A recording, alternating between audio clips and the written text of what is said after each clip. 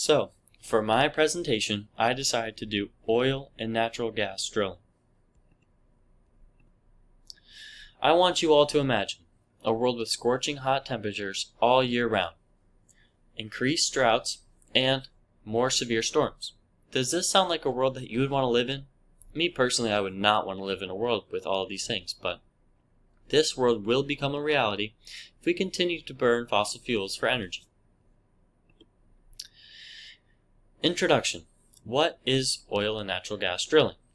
Drilling is the process where a hole is made using a drill bit to create a well for oil and natural gas drilling.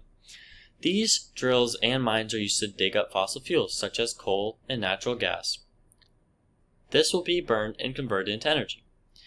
The issue with this is the mines and drills cause major damage to the land, and spills hurt the animals, and burning and conversion of these fuels leads to climate change and atmospheric hazards. What is the problem with oil and gas drilling?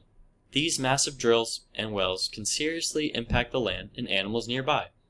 Even when drilling is done correctly, it can cause irreversible damage to the land and put animals at an increased risk of extinction. In order to reverse the damage that has been done to nature and the atmosphere, we must look towards more sustainable energy sources.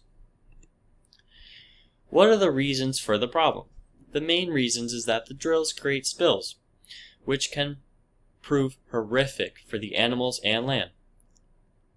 Andrew Walter, and I quote, "For instance, it is estimated that even without disasters such as BP oil spill or oil rig explosions, 735,000 gallons of oil leak into the ocean annually as a direct result of offshore drilling activities." End of quote. So, I did not personally conduct an interview, but I found an interview online. And in an interview with Joe Biden on the Today Show, he explains that they are going, quote, faster than anyone's ever gone, end of quote, in relation to fixing this issue.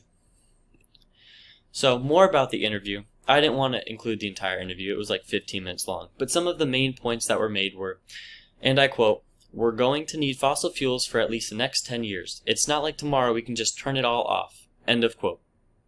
Also, Joe Biden was also caught saying, and I quote, I was up in Massachusetts, one of the largest coal-producing electric facilities in the nation. Well, guess what? We hooked it up to wind technology." End of quote. And for the last quote, "We can do solar, we can do wind cheaper than we can do fossil fuels, so it's a matter of transitioning." End of quote. These are all said by Joe Biden. What is the proposed solution? If new agreements are made to slowly get rid of the use of fossil fuels as energy, we can start introducing more renewable energy sources. This will start to eliminate the harmful effects that we are causing to nature and the atmosphere.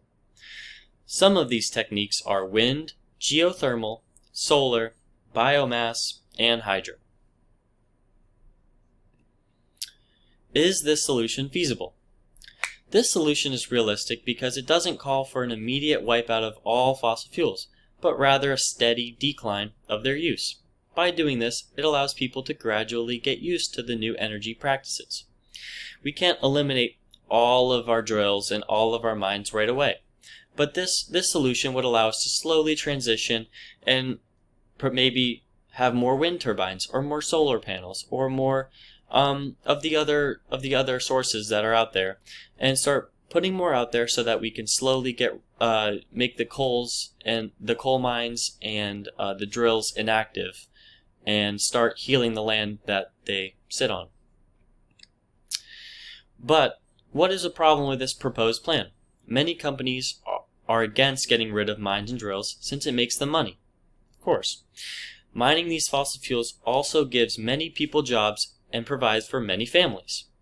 Adam Ford and Tom Warhol said, and I quote, "They argue that introducing strip mining that, quote, it is much safer for the workers and it is much less expensive." End of quote. Incentivizing these companies to move towards renewable sources with money or other rewards could get them to switch. I mean, who wouldn't want a little bit extra money just for also helping the environment? I feel like that